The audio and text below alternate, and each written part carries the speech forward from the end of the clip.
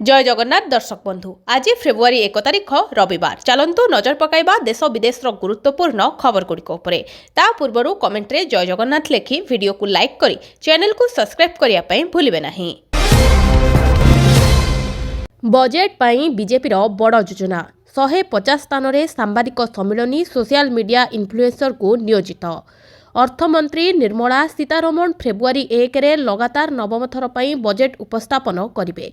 2026-27 budget रे होइतिबा घोषणागुड़ी साधारण लोकों पाखरे पहुंचाइबा पई बीजेपी फेब्रुआरी 1 रु 15 पर्यंत एक अभियान योजना करिछि। बजेट्र प्रमुख घोषणागुड़ी साधारण लोकों सम्मुखरे उपस्थापन करने पई बीजेपी सांबादिक सम्मिलनी आयोजन करिबो। एही समय मध्यरे समस्त केन्द्रमंत्री राज्य मुख्यमंत्री और दलर वरिष्ठ नेता माने बजेट्र प्रमुख मुख्यांशगुड़ी जनसाधारण सम्मुखरे उपस्थापना करिवे। विभिन्न स्थान में सांबादिक सम्मिलनी करिवे। बीजेपी देशर प्राय 150 स्थान में सांबादिक सम्मिलनी योजना करिछि। एही कार्यक्रम गुड़िक माध्यम सरकार बजेट्र मुख्यांश और अर्थनीति को सुदृढ़ करबा पई निया जायतिबा पदक्षेप गुड़िक उपरे आलोकपात करिवे। सूत्र अनुसार शासक दल एही बजेट पई एक व्यापक प्रचार अभियान योजना कर सारिछि, जहाद्वारा बजेट घोषणा और नीतिगुड़ी को सीधा सड़क जनसाधारण निकट में पहुंचा जाई परिबो। बीजेडी रे बड़ हलचल नवीन निवास रे कली केस। बीजेडी रे बड़ हलचल उत्तराधिकारी चर्चा भितरे अचानक नवीन निवास रे पहुंचिले बलांगीर कली केस नारायण सिंह देव। कली केस को नवीन निवास डाकरा परे बीजेडी रे बड़ हलचल आरंभ हो जाइछि। तांको कोनोसी बड़ दायित्व मिली पारे बोली चर्चा जोर धरिछि। युवनेता भावे कली केस दलर नेतृत्व नबाकू सक्षम बोली पश्चिमरू दाबी होइछि। एहारी भितरे नवीन निवास रु कली केस को डाकरा एही चर्चा को आहुरी खोराक जोगाइछि। सेपटे एभली सबु चर्चा को खंडन करिसंती वरिष्ठ नेता देवी मिश्र। से कहिसंती जणे दलीय नेता और विधायक हिसाब रे सुप्रीमो को देखा करिवार कोनोसी आपत्ति नाही बोली कहिसंती। निजे मध्य नवीन को भेटिबा परे सम्मान कथा दोहराइसंती कली केस। से कहिसंती मु अनेक दिन हबो सुप्रीमो को भेटि नथिले। महिला और चाषी समस्या विषय आलोचना करिबा पई मु आसीथिले। चापी देला ट्रक चलीगला 5 जीवन अन्य 2 जन गुरुतर होई मृत्यु सह संग्राम करुछंती। मृत्यु जे केतबेले जे केमिति आसीबो ताहा किए कहिबो। घरू बाहरिले आमे आउ फेरिबा कि नाही ताहा मध्य आमकु जणा नाही। काहेकि ना एही द्रुतगामी जानवाहन जे केबे काळ पालटिछंती। बड़ बड़ ट्रक जम परी रास्तारे क्षिप्र गतिरे जाउछंती आउ तार कबଳରେ छोट छोट जानर चालक माने अकाଳରେ मृत्यु मुखरे पडुछंती। काली मध्याह्नरे हळदियापदार ओभरब्रिज रे एक हृदय विदारक सड़क दुर्घटना घटिछि। एथिरे 5 जन युवक शोचनीय मृत्यु घटाइछंती।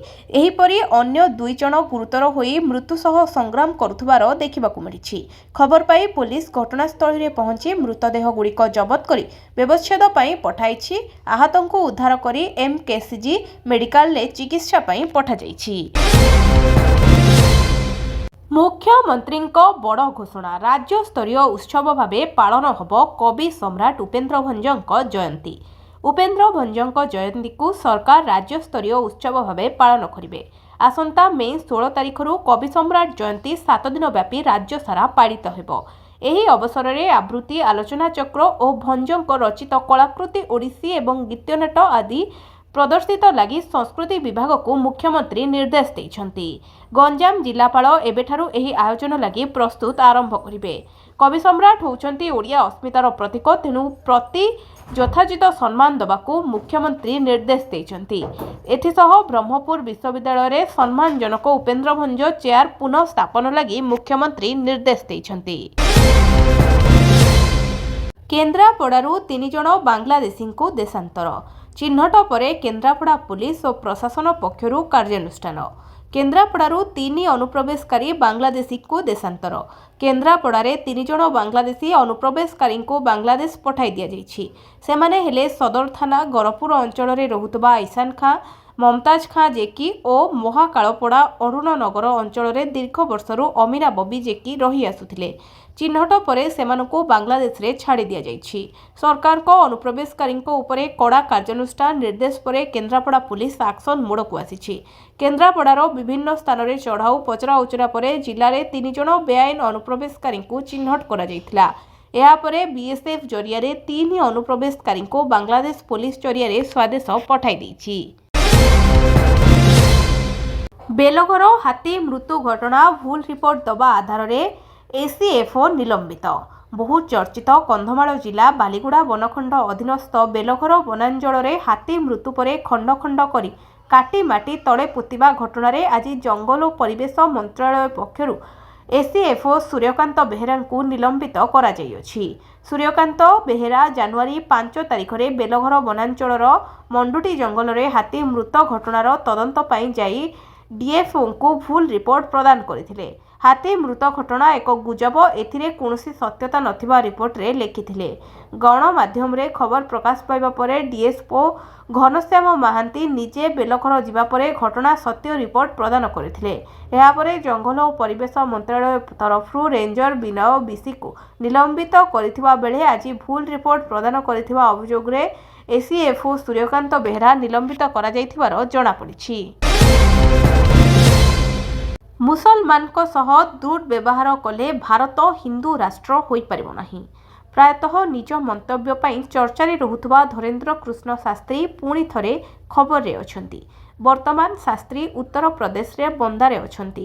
ଏକ କାର୍ଯ୍ୟକ୍ରମରେ ବାଗେଶ୍ୱର ଧାମ ମୁଖ୍ୟ ଧରେନ୍ଦ୍ର କୁମାର ଶାସ୍ତ୍ରୀ କହିଛନ୍ତି ଯେ ହିନ୍ଦୁମାନେ ଗୋଟିଏ କଥା ମନେ ରଖିବା ଉଚିତ, ମୁସଲମାନମାନଙ୍କୁ ଦୁର୍ବ୍ୟବହାର କରି ଭାରତ ହିନ୍ଦୁ ରାଷ୍ଟ୍ର ହୋଇପାରିବ ନାହିଁ। ହିନ୍ଦୁମାନଙ୍କୁ ସେମାନଙ୍କର ତ୍ରୁଟି ସୁଧାରିବାକୁ ପଡ଼ିବ, ତେବେ ହିଁ ଭାରତ ଏକ ହିନ୍ଦୁ ରାଷ୍ଟ୍ର ହେବ। ଧରେନ୍ଦ୍ର ଶାସ୍ତ୍ରୀ କହିଛନ୍ତି, ଭାରତ କେବଳ ସେତେବେଳେ ହିନ୍ଦୁ ରାଷ୍ଟ୍ର ହେବ ଯେତେବେଳେ ଆମେ ଆମର ସନାତନ ଧର୍ମର ତ୍ରୁଟିଗୁଡ଼ିକର ସୁଧାର କରିବୁ। ଭାରତକୁ ଏକ ହିନ୍ଦୁ ରାଷ୍ଟ୍ର କରିବାର ଗୋଟିଏ ଉପାୟ ହେଉଛି ଜାତିବାଦକୁ ଅଣଦେଖା କରିବା। ଆମେ ସମସ୍ତେ ହିନ୍ଦୁବାହୀ। ଜାତିବାଦକୁ ଦୂର କରିବା ବିଷୟରେ ଧରେନ୍ଦ୍ର କୃଷ୍ଣଙ୍କ ବ୍ୟକ୍ତି ଏପରି ଏକ ସମୟରେ ଆସିଛି ଯେତେବେଳେ ଦେଶ ନୂତନ ୟୁସିଜି ନିୟମାବଳୀକୁ ନେଇ ବିବାଦରେ ଫସି ରହିଛି।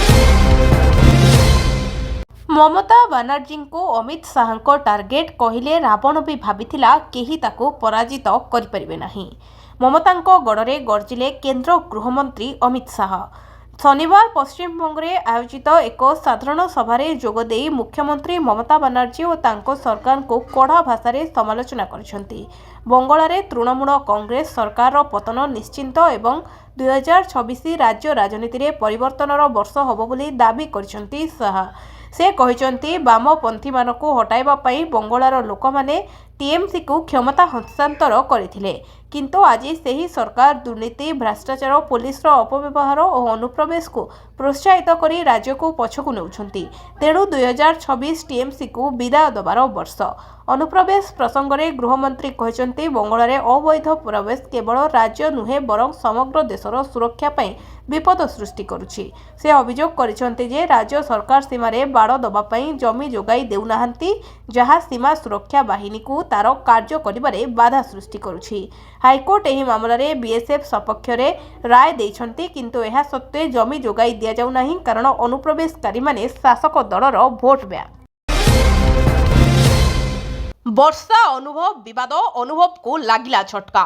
ଅଲିଉଡ୍ ସୁପରଷ୍ଟାର ଅନୁଭବ ମହାନ୍ତିଙ୍କୁ ଝଟକା। ଅନୁଭବଙ୍କ ଆବେଦନ ଖାରଜ କରିଛନ୍ତି ହାଇକୋର୍ଟ। ତାଙ୍କ ବିରୋଧରେ ଚାଲିବ ଯୌତୁକ ନିର୍ଯାତନା ମାମଲା।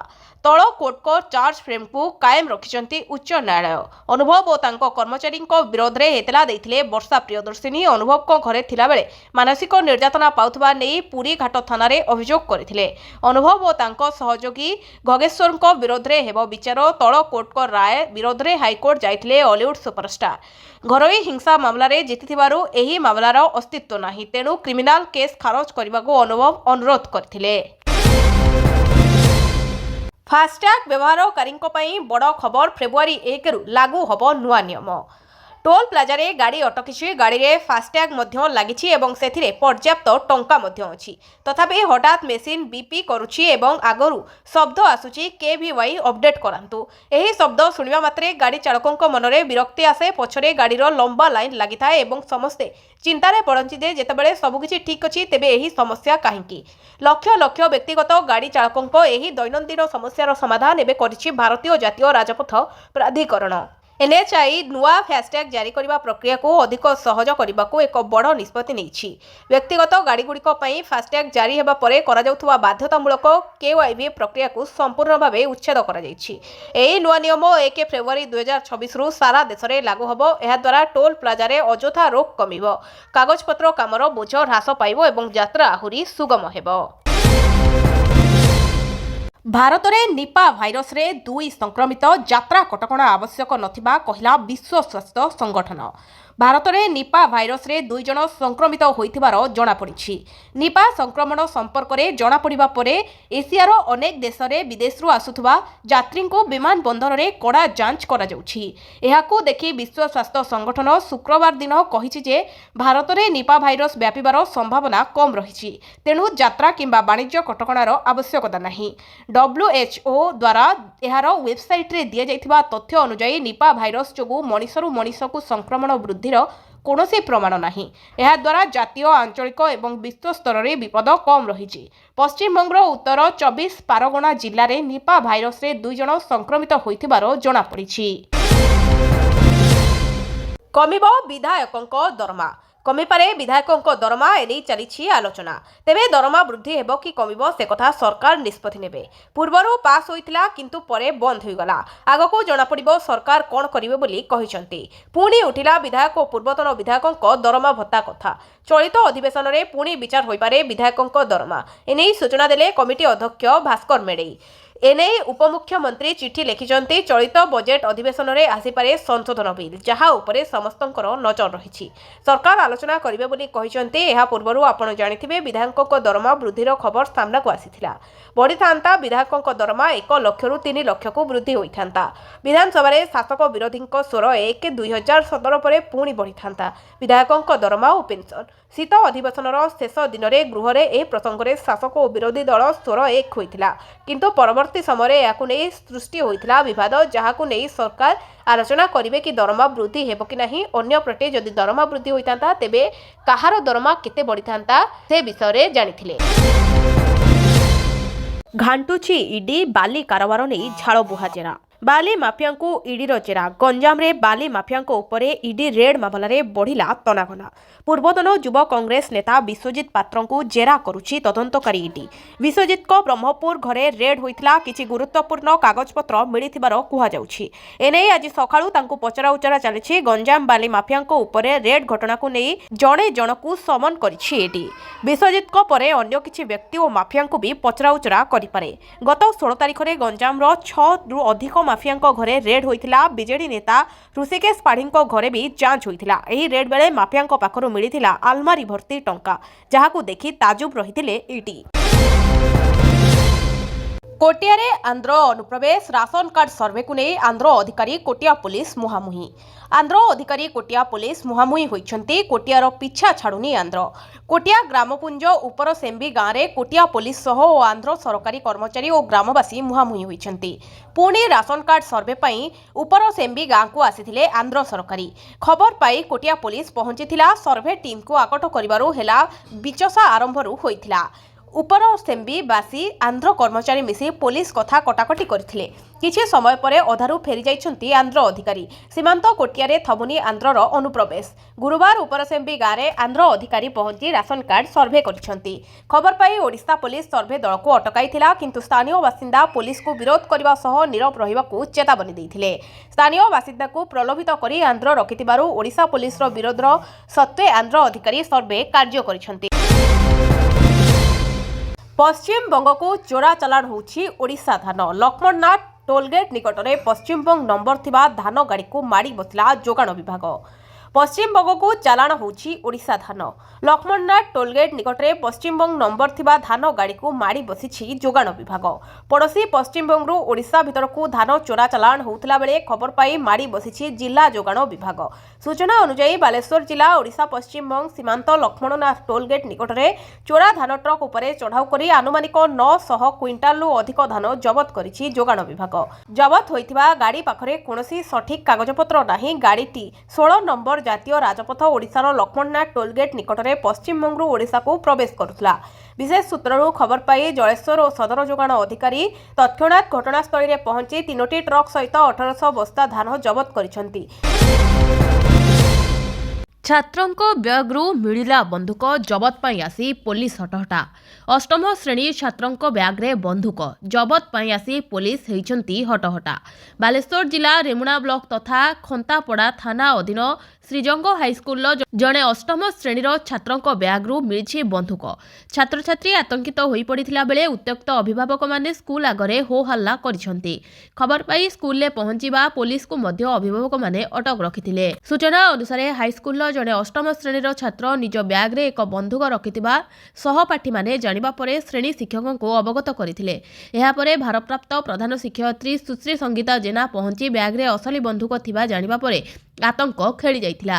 ଖବର ପ୍ରଚାର ହେବାରୁ ଶହ ଶହ ଅଭିଭାବକ ପହଞ୍ଚି ନିଜ ପିଲାଙ୍କ ସୁରକ୍ଷା ଦାବିରେ ସ୍କୁଲ ଆଗରେ ହୋ ହଲ୍ଲା କରିଥିଲେ।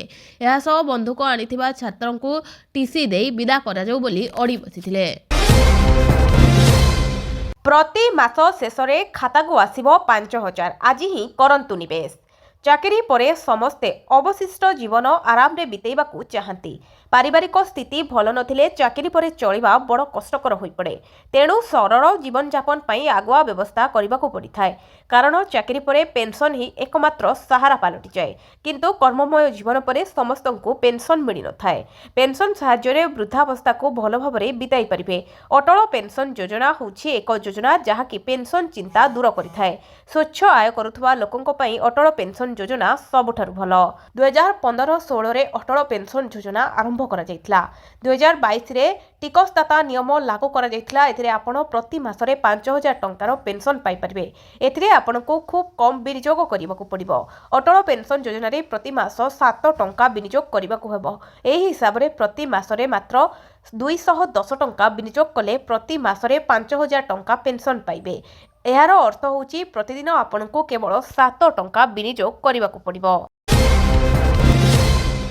ଗାଡ଼ି ଚାଳକଙ୍କ ପାଇଁ ବଡ଼ ଖବର, ପିୟୁସିସି ନଥିଲେ ବି ମିଳିବ ପେଟ୍ରୋଲ। ରାଜ୍ୟର ବଡ଼ ଚାଳକଙ୍କ ପାଇଁ ଏକ ଆଶ୍ୱସ୍ତିକର ଖବର। ପ୍ରଦୂଷଣ ପ୍ରମାଣପତ୍ରକୁ ନେଇ ଓଡ଼ିଶା ହାଇକୋର୍ଟ ଏକ ଗୁରୁତ୍ୱପୂର୍ଣ୍ଣ ନିର୍ଦ୍ଦେଶ ଶୁଣାଇଛନ୍ତି। କୋର୍ଟ ସ୍ପଷ୍ଟ ନିର୍ଦ୍ଦେଶ ଅନୁଯାୟୀ ଗାଡ଼ିର ପ୍ରଦୂଷଣ ସାର୍ଟିଫିକେଟ୍ ନଥିଲେ ମଧ୍ୟ ପେଟ୍ରୋଲ ପମ୍ପଗୁଡ଼ିକ ଗ୍ରାହକଙ୍କୁ ତେଲ ଦେବାରୁ ବଞ୍ଚିତ କରିପାରିବେ ନାହିଁ। ହାଇକୋର୍ଟ କହିଛନ୍ତି ଯେ ଯଦି କୌଣସି ଗାଡ଼ିର ପୁରୁଣା ଚାଲାନ କିମ୍ବା ଜୋରିମାନା ବାକି ରହିଛି ତଥାପି ସେମାନଙ୍କୁ ପ୍ରଦୂଷଣ ସାର୍ଟିଫିକେଟ୍ ମିଳିବ। କେବଳ ଜୋରିମାନା ଆଦାୟ କରିବା ଉଦ୍ଦେଶ୍ୟରେ ସରକାର କାହାର ପ୍ରଦୂଷଣ ପ୍ରମାଣପତ୍ରକୁ ଅଟକାଇ ପାରିବେ ନାହିଁ କିମ୍ବା ଜୋରିମାନା ଭରିବାକୁ ବାଧ୍ୟ କରିପାରିବେ ନାହିଁ। ଏହି ମାମଲାର ଶୁଣାଣି କରି ହାଇକୋର୍ଟ ବାହନ ପେଟ୍ରୋଲରେ ତୁରନ୍ତ ସଂଶୋଧନ କରିବାକୁ ରାଜ୍ୟ ସରକାରଙ୍କୁ ନିର୍ଦ୍ଦେଶ ଦିଆଯାଇଛି। ପେଟ୍ରୋଲର ଏପରି ଅବସ୍ଥା କରାଯାଉ ଯେପରି ଜୋରିମାନା ବାକି ଥିଲେ ମଧ୍ୟ ସାର୍ଟିଫିକେଟ୍ ବ୍ୟବହାର କରିବାରେ କୌଣସି ବାଧା ଉପୁଜିବ ନାହିଁ। ଏହି ପ୍ରସଙ୍ଗରେ ପୋର୍ଟାଲର ସଂଶୋଧନ ଏବଂ ନିଆଯାଇଥିବା ପଦକ୍ଷେପ ସମ୍ପର୍କରେ କୋର୍ଟର ଏକ ସତ୍ୟପାଠ ଦାଖଲ କରିବାକୁ ହାଇକୋର୍ଟ ରାଜ୍ୟ ସରକାରଙ୍କୁ କହିଛନ୍ତି। ସୂଚନାଯୋଗ୍ୟ ଯେ ପୂର୍ବରୁ ପ୍ରଦୂଷଣ ସାର୍ଟିଫିକେଟ୍ ନଥିଲେ ପେଟ୍ରୋଲ ମିଳିବ ନାହିଁ ଏବଂ ଚାଲାନ ନ ଭରିଲେ ପ୍ରଦୂଷଣ ସାର୍ଟିଫିକେଟ୍ ମିଳିବ ନାହିଁ ବୋଲି ସରକାରୀ ସ୍ତରରେ ନିୟମ କରାଯାଇଥିଲା, ଯାହାକୁ ନେଇ ସାଧାରଣରେ ଅସନ୍ତୋଷ ପ୍ରକାଶ ପାଇଥିଲା। ଏବେ ହାଇକୋର୍ଟଙ୍କ ଏହି ନିର୍ଦ୍ଦେଶ ପରେ ଗାଡ଼ି ମାଲିକମାନେ ବଡ଼ ଧରଣର ଆଶ୍ୱସ୍ତି ପାଇଛନ୍ତି। ଜୁଲାଇ ପୂର୍ବରୁ ସରିବ ନୂଆ ଏନ୍ଏସି ନିର୍ବାଚନ ପ୍ରକ୍ରିୟା ଆରମ୍ଭ କଲେ ରାଜ୍ୟ ନିର୍ବାଚନ କମିଶନ। ରାଜ୍ୟରେ ନୂଆକରି ଗଠିତ ହୋଇଥିବା ଏନ୍ଏସି ଓ ମ୍ୟୁନିସିପାଲିଟିରେ ଜୁନ୍ 20 ତାରିଖ ପୂର୍ବରୁ ସରିବ ନିର୍ବାଚନ। ରାଜ୍ୟ ନିର୍ବାଚନ କମିଶନ ଏ ବାବଦରେ ପ୍ରକ୍ରିୟା ଆରମ୍ଭ କରିସାରିଛନ୍ତି। ଏପଟେ ଦୀର୍ଘଦିନ ହେବ ଜନପ୍ରତିନିଧି ଶୂନ୍ୟ ହୋଇପଡ଼ିଛି ରାଜ୍ୟର 148ଟି ପଞ୍ଚାୟତ। ବିକାଶର ଚାବିକାଠି ରହିଛି ଅଧିକାରୀଙ୍କ ହାତରେ, ଫଳରେ ପଞ୍ଚାୟତଗୁଡ଼ିକ ବିକାଶମୂଳକ କାର୍ଯ୍ୟ ବାଟବଣା ହୋଇଯାଇଛି। ରାଜ୍ୟରେ ନୂଆକରି ଗଠନ ହୋଇଥିବା ମହାନଗର ନିଗମ, ପୌର ପରିଷଦ ଓ ଏନ୍ଏସି ପାଇଁ ହେବ ନିର୍ବାଚନ। ଏଥିପାଇଁ ପ୍ରକ୍ରିୟା ଆରମ୍ଭ କରିଛନ୍ତି ରାଜ୍ୟ ନିର୍ବାଚନ କମିଶନ। ଗତ 22 ଡିସେମ୍ବରରେ ଚୂଡ଼ାନ୍ତ ବିଜ୍ଞପ୍ତି ପ୍ରକାଶ କରିଥିଲେ ସରକାର। ନିୟମ ଅନୁସାରେ ବିଜ୍ଞପ୍ତି ପ୍ରକାଶର 6 ମାସ ଅର୍ଥାତ୍ ଜୁନ୍ 20 ତାରିଖ ସୁଦ୍ଧା ନିର୍ବାଚନ ସରିବ। ଜାନୁଆରୀ 15 ତାରିଖରେ ଉକ୍ତ ଅଞ୍ଚଳଗୁଡ଼ିକରେ ସୀମା ନିର୍ଦ୍ଧାରଣ ଏବଂ ଆସନ ସଂରକ୍ଷଣ କରିବାକୁ ନଗର ଉନ୍ନୟନ ବିଭାଗକୁ ଅବଗତ କରିଥିଲେ ନିର୍ବାଚନ କମିଶନ। ସରକାର ଏ ଦିଗରେ ପଦକ୍ଷେପ ନେଲେ ଜୁନ୍ 20ରେ 36 ନୂଆ ସହର ଦେଖିବ ଲୋକ ପ୍ରତିନିଧି। ନିଦ ହଜାଇଲା ନିପା ଭାଇରସ୍। ସାମାନ୍ୟ ସର୍ଦ୍ଦି ପରେ ମଧ୍ୟ ଏହା ସାଂଘାତିକ ହୋଇପାରେ। କେରଳ ଓ ପଶ୍ଚିମବଙ୍ଗରେ ନିପା ଭାଇରସ୍ ସଂକ୍ରମଣ ବୃଦ୍ଧି ପାଇବା ନେଇ ସ୍ୱାସ୍ଥ୍ୟ କର୍ତ୍ତୃପକ୍ଷ ଚେତାବନୀ ଦେଇଛନ୍ତି। ସଂକ୍ରାମକ ରୋଗ ବିଶେଷଜ୍ଞମାନେ କହିଛନ୍ତି ଯେ ଆତଙ୍କିତ ହେବା ପରିବର୍ତ୍ତେ ଶୀଘ୍ର ଚିହ୍ନଟ, ଡାକ୍ତରଖାନା ପ୍ରସ୍ତୁତି ଓ କଠୋର ସଂକ୍ରମଣ ନିୟନ୍ତ୍ରଣ ବ୍ୟବସ୍ଥା ଉପରେ ଧ୍ୟାନ ଦିଆଯିବା ଉଚିତ। निपा भाइरस विरल हेले भी अत्यंत मारात्मक। एथिरे मृत्यु हार अन्यान्य श्वासक्रिया जनित रोग ठारू बहुत अधिक। विशिष्ट संक्रामक रोग विशेषज्ञ डाक्टर दीप नारायण मुखार्जी कहते जे निपा भूताणु होउछि एक आरएनए भूताणु जहाँ ज्वर, मुंडाविधा, काश, गला जंत्रणा और मांसपेशी जंत्रणा भली लक्षण सहित फ्लू रु आरंभ हुए। याकू साधारण सर्दी मनकरी लोक माने अवहेला करिथांती, तेबे एही रोग द्रुत गति में बढ़ी पारे। जेउ फरासी मद उपरे ट्रंप 200% शुल्क लगाइबाकू धमक देइतिले ताहा एबे भारत रे बंद हबो। भारत एवं यूरोपीय संघ मध्य स्वाक्षरित मुक्त वाणिज्य चुक्तिनामा अमेरिका को एक गुरुत्वपूर्ण धक्का देइछि। यह ग्रीनलैंड संपर्क में यूरोपीय देशमानंकु चाप पकाइबा पई अमेरिका राष्ट्रपति डोनाल्ड ट्रंप को धमक को मध्य धक्का देइछि। ट्रंप संपत्ति फ्रांस को यार मद उपरे 200% शुल्क लगाइबाकू धमक देइछंती। तथापि एफएटी अधीन में भारत यूरोपीय देशमानंकु मद उपरे शुल्क ह्रास करिबो। मुक्त वाणिज्य चुक्तिनामा परे भारत यूरोपीय देशगुड़िक आसुवा मद उपरे शुल्क 150% रु 20 रु 30% को ह्रास करिबो। पीटीआई अनुसार मुक्त वाणिज्य चुक्ति पर भारत में बीएमडब्ल्यू, वोक्सवागन एवं मर्सिडीज भली यूरोपीय कार उपरे टिकस वर्तमान 110% रु 10% को ह्रास करिबो। यूरोप आमदानी होउथबा स्पिरिट एवं मद उपरे टिकस 150% रु 20 रु 30% को ह्रास पाइबो। जेतेबेले ऑलिव तेल उपरे टिकस 40% रु 0 को ह्रास पाइबो। यार अर्थ होउची यूरोपीय देशगुड़िक ऑलिव तेल रप्तानी उपरे कोनोसी शुल्क देबाकू पड़िबो नाही। ओडिशा गस्त समय महाप्रभु को दर्शन करेंगे राष्ट्रपति। राष्ट्रपति गस्त को आखिआगरे रखी श्रीमंदिर प्रशासन पक्षर 36 निजोग बैठक श्रीमंदिर कार्यालय अनुष्ठित होईछि। एही बैठकटी श्रीमंदिर मुख्य प्रशासक अरविंद पाढ़ी अध्यक्षतार करा जायछि। बैठक में पुरी जिलापाल, पुरी आरक्षी अधीक्षक, 36 निज सेवायत प्रतिनिधि माने जोग देथिले। महाप्रभु को नीतिकांति श्रृंखलित करा नहीं बैठक में आलोचना होइतिला। आसंता मास फेब्रुआरी 2 रु 6 दिनिया ओडिशा गस्तरे आसुचंती महामहिम राष्ट्रपति द्रौपदी मुर्मू। गस्त समय राष्ट्रपति महाप्रभु को दर्शन करने नहीं कार्यसूची रही। ओडिशा गस्तर समय राष्ट्रपति जाजपुर, बालेश्वर, पुरी, मयूरभंज एवं भुवनेश्वर विभिन्न कार्यक्रम में जोगदेवे। राजधानी रे फुटिला बोमा, बापा झियो आहत। अशांत है राजधानी फुटिला बोमा हेले 5 गुरुतर। घटनास्थल में 2टी अग्निशम गाड़ी पहुंचवा सह भुवनेश्वर डीसीबी पहुंची आरंभ करिसेंती तदंत। भुवनेश्वर सुंदरपदा न्यू आजाद नगर रे बोमा विस्फोरण होईछि। छात उपरे हेला विस्फोरण, बोमा भिड़वा बेले हेइछि विस्फोरण। बोमा विस्फोरण रे 5 जन आहत होइतिबार जणा पड़िछि। आहतंक मध्यरु 3 जन महिला रहिसंती। घटनास्थल रे एयरफील्ड थाना पुलिस पहुंची तदंत करुछि। ए खबर स्थानीय अंचल रे भय सृष्टि करिछि। दिनकू दिन राजधानी भुवनेश्वर अशांत हबार लागिछि। वर्षा पाई रेड अलर्ट, पवन सांगकू होई पारे प्रबल वर्षा। दिल्ली एनसीआर रे पाग पुणी खराब आड़क मुहाई। मंगलवार सकाळ ठारू दिल्ली एवं एनसीआर रो किछि स्थान रे हालुकारु मध्यम धरणर वर्षा होईछि। भारत पाणीपाग विभाग आईएमडी अनुसार सहरर किछि अंचल पाई रेड अलर्ट मध्य बाकी अंचल पाई ऑरेंज अलर्ट जारी करा जायछि। वर्षा समय संभाव्य समस्या विषय दिल्लीवासी को मध्य सतर्क करा जायछि। वर्षा जातीय राजधानी बिगड़ी वायु गुणवत्तार आश्वस्ति आणिबो बोली जणा जाउछि। आईएमडी चेतावनी देइछन्ति जे उत्तर दिल्ली, उत्तर पश्चिम दिल्ली, मध्य दिल्ली, उत्तर पूर्व दिल्ली, पश्चिम दिल्ली एवं दक्षिण पश्चिम दिल्ली रे रेड अलर्ट जारी करा जायछि। विभाग आगामी घंटा मध्य वर्षा झड़, वज्रपात एवं कुआपथर झड़ सहित हालुका वर्षा एमितिकी 40 रु 60 किलोमीटर बेगरे पवन बहिबार पूर्वानुमान करिछि एवं लोकंकु सतर्क रहिबाकू अनुरोध करा जायछि। मोकिम को नुआ दलर ना को नहीं चर्चा, सोफिया को नहीं कौन कहले जानतु। मोहम्मद मोकिम नुआ अंचल दल गठन करने पूर्व तार ना को नहीं आरंभ हो चर्चा। यार ना ओडिशा जनता कांग्रेस किंबा ओडिया जनता कांग्रेस रही पारे। निजे मोकिम यही सूचना देथिबा बेले एजाएं किछि चूड़ांत होई नाही बोली कहिसंती। मोकिम कहिसंती जे विभिन्न पर्यायर विभिन्न व्यक्ति सहित आलोचना जारी रही। मार्च शेष सप्ताह रे नुआ दल घोषणा कराजिबो बोली पूर्वानुमान कुहाଯାଇଛି। ओडिशार ना को नहीं आंचलिक दल गठन कराजिबो। धर्मनिरपेक्ष चिंताधारा सहित थिबारु दलर नारे कांग्रेस को भी रखाजिबो। दलर ना ओडिशा जनता कांग्रेस रखिबु कि ओडिया लोक कांग्रेस रखिबु से नहीं आलोचना चलिछि। एने किछि चूड़ांत हेई पारि नाही। से कहिसंती नुआ आंचलिक दल ओडिशा केंद्रिक रहबो। दल ओडिया लोकंक पई काम करिवो समस्तंकु सांगरे नै चलिबो एहा लोकंक दल हेबो विभिन्न दलर नेता दल छाडुचंती ओ केही निलंबित होउचंती जो माने आम सहित रहिबाकू चाहिबे आमे सेमानंकु ग्रहण करिवो। बढ़िला अंगनवाड़ी शिशुक पोशाकर सरकारी मूल्य जानतु केते थिला आउ केते हेला बढ़ी जाइछि अंगनवाड़ी शिशुक पोशाकर सरकारी मूल्य बालकंक पोशाकर मूल्य 100 रु बढ़ी हेला 175 टंका बालिकांक पोशाक पई 150 रु बढ़ी हेला 250 टंका जोता पई खर्च होतबा 100 टंका बढ़ी 150 टंका होइछि। गणशिक्षा मंत्री बड़ घोषणा आदिवासी बहुल जिले में निर्माण होब आदिवासी बहुल जिले में निर्माण होब शहीद लक्ष्मण नायक विद्यालय आदिवासी पिलांकु गुणात्मक शिक्षा जोगाइबारे उद्देश्य रे एक निर्माण होब एने मंगलवार स्कूल और गणशिक्षा मंत्री नित्यानंद गंड सूचना दैछंती मंत्री कहछंती बड़ योजना आनिबाकू सरकार चलाइछंती मानस मंथन प्रथम पर्यायर जनजाति उन्नयन परिषद जिले में निर्माण होब एथिपाई 100 कोटीर व्यय बेरात करने सरकार लक्ष्य करिसेंती बोली मंत्री कहछंती।